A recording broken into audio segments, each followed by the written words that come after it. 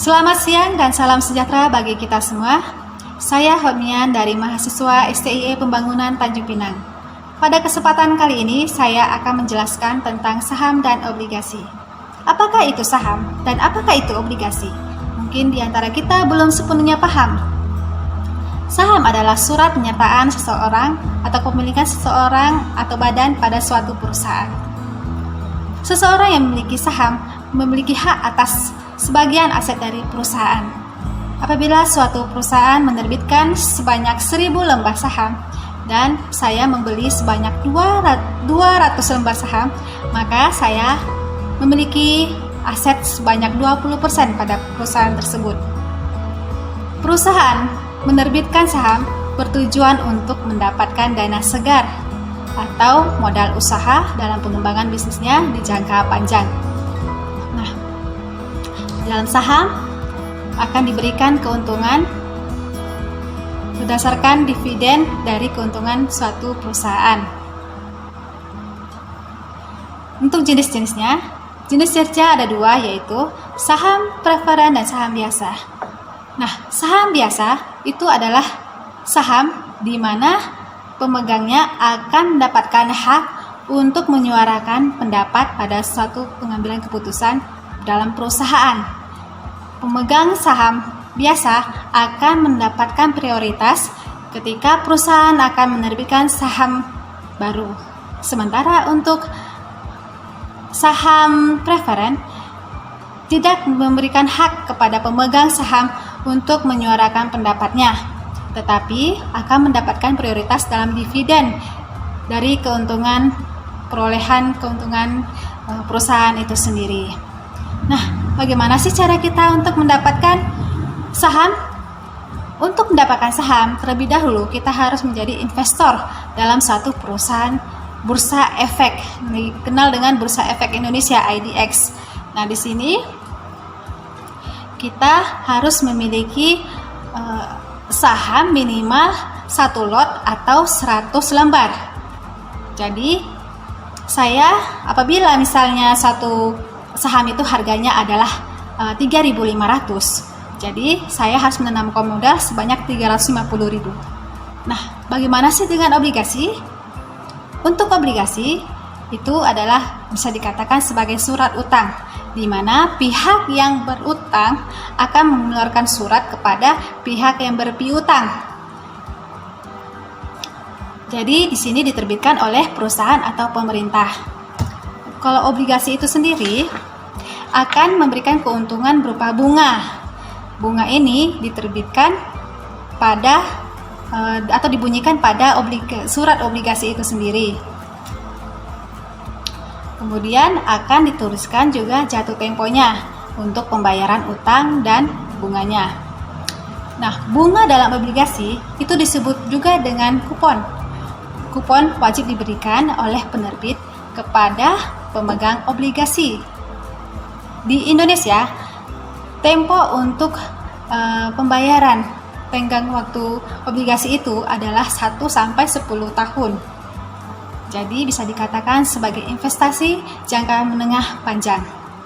Nah, untuk jenis-jenis obligasi itu sendiri ada 4, yaitu obligasi pemerintah federal, obligasi pemerintah daerah, obligasi perusahaan, dan obligasi luar negeri. Obligasi pemerintah federal itu diterbitkan oleh pemerintah daerah, di mana untuk pembangunan MRT.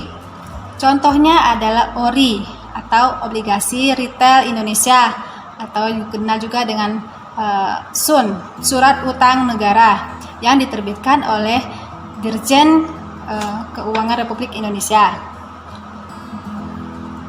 Kemudian untuk obligasi perusahaan itu diterbitkan oleh perusahaan.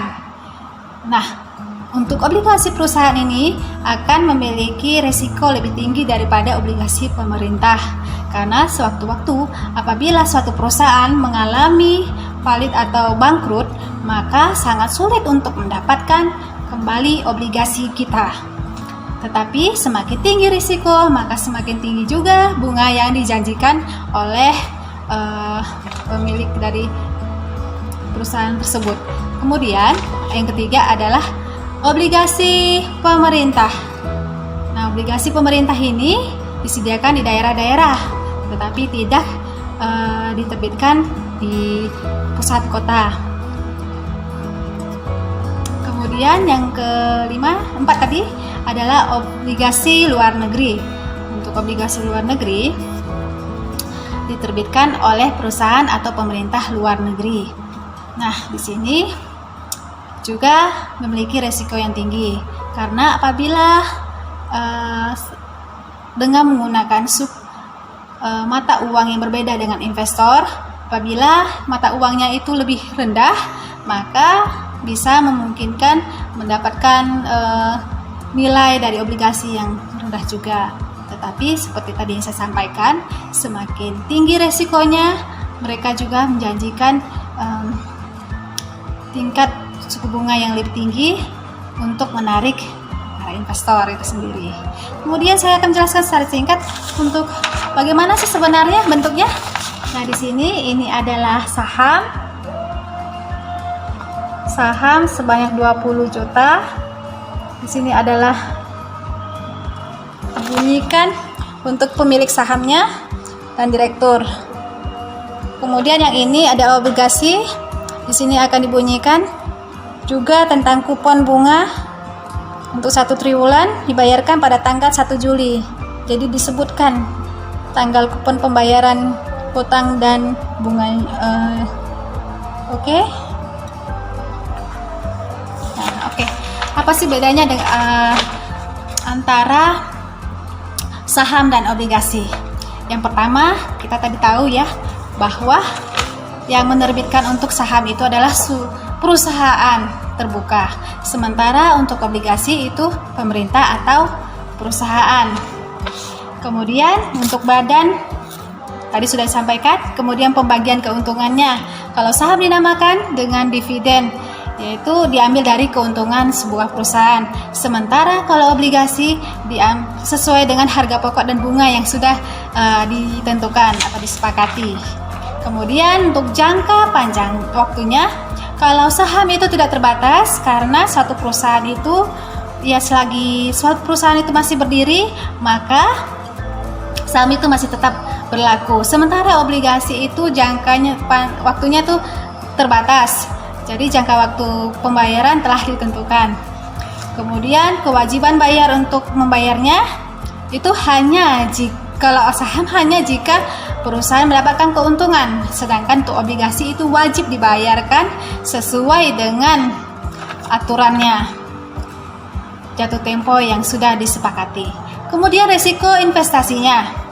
Kalau risiko investasi saham itu cukup besar, sewaktu-waktu tadi saya sampaikan, suatu perusahaan bisa mengalami kebangkrutan, maka semakin besar risiko, maka semakin besar juga investasi yang dijanjikan. Demikian juga untuk obligasi, tapi obligasi ini lebih kecil daripada saham. Nah,